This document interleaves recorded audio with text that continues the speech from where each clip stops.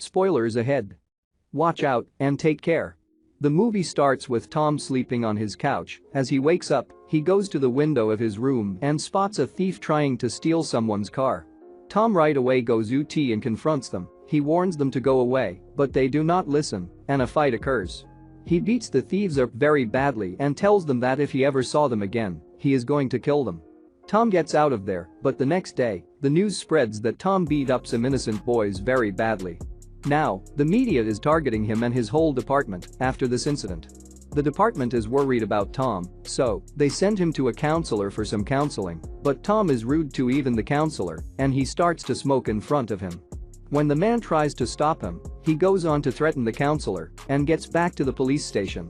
We then see Elizabeth. She is a constable, and she comes to see Tom. She tells him that she has been working undercover for a long time.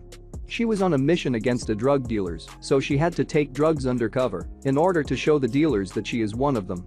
Elizabeth tells him that she then started doing drugs, and when she got back, she was sent to rehab. When she got back from rehab, she took the test again, but failed the sergeant test, and that is why she has now been demoted to a constable. Tom tries to console her, but she looks depressed.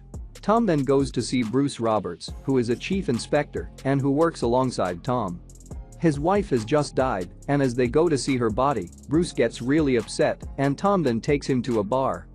As they drink, Tom tries to cheer up Bruce, and he is somewhat successful.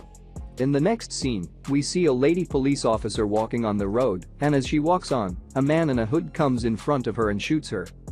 Tom gets to know this and reaches the scene of the crime. Everybody asks him about Bruce, but he tells them that he still mourns the death of his beloved wife, so he will not be working for a while. However, the murder of a police officer is not something they can ignore. They call a temporary inspector to fill in for Bruce. The man's name is Porter Nash, but the other officers do not like him, and they do not want to work under his command because the word on the street is that Porter is gay. However, it has been made abundantly clear to them by a superior officer that they will work under Porter, so they have no other choice. To Porter's surprise, he finds an unlikely ally in the hot-headed gruff detective Sergeant Tom, who has a history of violent incidents. While the investigation is ongoing, Elizabeth is visited by a friend, a young gang member nicknamed Metal, who is afraid his gang might have actually killed someone. Promising him to look into the situation, she tells the boy that this is the last time she is doing him this favor and says that if the man is dead, he will have to leave the city, and if the man is alive, he will have to leave the gang. She then goes to see Tom, and after listening to the whole story, Tom asks her to see Craig. Elizabeth then contacts Detective Inspector Craig Stokes, who agrees to help if Elizabeth goes on a date with him. Then we see a reporter receiving a call from a boy named Barry, who tells him that he is the one who shot the police officer and goes on to add that his work is not just finished here, he is gonna target more police officers in the upcoming days. As he talks, he goes to another police officer and shoots him as well. Barry then tells the reporter that he has 8 more police officers on his list and then hangs up. The news spreads like a wildfire, and Porter comes to see Tom and asks him if he is really the man people describe him to be. As they talk, Tom gets to know that Porter knows a lot about him. This is when they get to know that another police officer has been shot dead, and they start to arrest all the criminals in the city. They contact all of their spies and instruct them to stay more active than ever. Tom goes to see one of his informants in the city, Radner, who points Tom and Porter toward a man named Barry Weiss, who recently bragged about setting a police dog on fire for practice. Although Tom and Porter visit Barry's flat, they cannot immediately find any evidence against him. When Barry opens the door, he finds the police officer in front of him. He gets a little confused at first, but being a very shrewd killer, he keeps himself calm. Tom recognizes Barry as the man he beat up in a fight in a billiard hall a year earlier. He goes on to make fun of Barry and gets out of there with Porter. Barry, on the other hand, right away takes some of his stuff and immediately goes out to hide it somewhere. However, Tom's informant follows him and he gets to know the place where Barry hides his stuff. Radner decides to conduct an investigation of his own and eventually discovers the seemingly abandoned car where Barry keeps the trophies of his kills, confirming that Weiss is the killer. Amidst all this, we see that Bruce goes to a store to get some liquor and it hits him that he is destroying his life. He decides that he is gonna get back to work. He reports to the police station and gets to work again. As he goes out, we see him being followed by Barry. It turns out that Barry's next target is Bruce. Bruce goes home and Barry follows him. As he gets home, Barry knocks on his door, and as Bruce opens the door, Barry attacks him. Bruce himself is a police officer, so he does not back down from a fight. He gets his hands on a hammer, and when he is about to hit Barry with it, Barry snatches the weapon away from him and hits him countless times with the hammer. After killing him, he starts to watch TV in Bruce's house.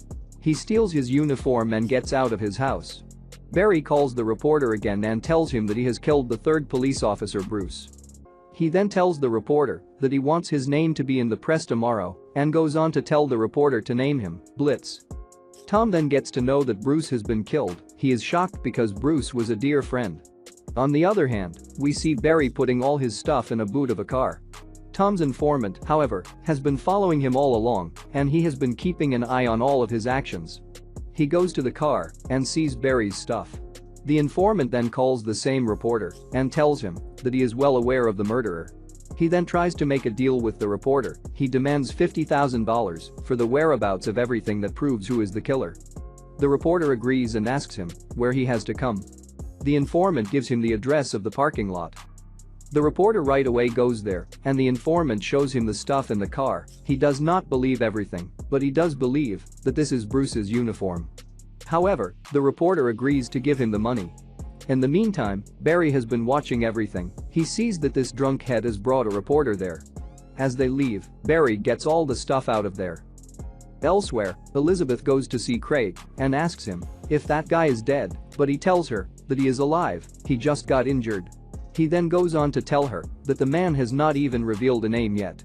Elizabeth then asks Craig what she can do for him in return, and he says that he wants nothing from her except a drink tomorrow night. She agrees. On the other hand, the reporter takes the informant to a bar, and there, he gives him all the money.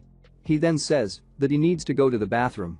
The reporter asks him to tell him the name of the killer, but he tells him that he is gonna give him the name after he comes out of the bathroom. When he goes to the bathroom, we see that Barry is also in that bar, as he has been following them. Barry follows him to the bathroom, and as the old man sees the killer, he starts to shiver. He begs for his life, saying that he has not given up his name yet, so he does not deserve to be killed, but Barry does not know the word mercy, and he goes on to kill the informant and gets out of there with $50,000. Dunlop, the reporter, alerts the police of the car, but they find it empty. Tom and a fellow police constable come to realize that all of Blitz's victims so far have been police officers who have arrested Barry in the past, and that Elizabeth is most likely the next victim. Elizabeth, after coming home from her date with Stokes, is attacked by Barry but saved by Metal, who is killed in the ensuing struggle. Before Barry can attack Elizabeth again, the police arrive. Tom and Porter decide to release a picture of Barry to the media to flush him out, which eventually, after a lengthy chase, leads to Barry's capture. There is no concrete evidence against him, however, so after 48 hours and an interrogation that does not yield results, the police are forced to let Barry go. Exasperated, Tom and Porter devise a plot to trick Barry, knowing that he will want to take revenge on Tom for the billiard hall fight. Barry then infiltrates the funeral of Chief Inspector Bruce, dressed in Bruce's uniform. During the service, Tom leaves, followed by Barry. Tom leads Barry to the top of a parking garage, only to reveal that Tom and Porter had switched places along the route. Surprised by a hidden Tom, Barry is mercilessly beaten, overpowered, and relieved of his gun. Explaining that they will never find enough evidence to convict Barry legally, Tom concludes that they are now in a convenient situation, since Barry is dressed as a police officer and Tom has Barry's gun. They can shoot him with his own gun, and it will look as if Barry was just another of Blitz's victims. With that idea in mind, Tom shoots Barry dead. Porter then goes on to get rid of all the evidence. After Barry is killed, Tom decides that he needs to teach a lesson to the reporter, so he sets the dogs free on Dunlop for writing articles against him and the police for coverage. The end.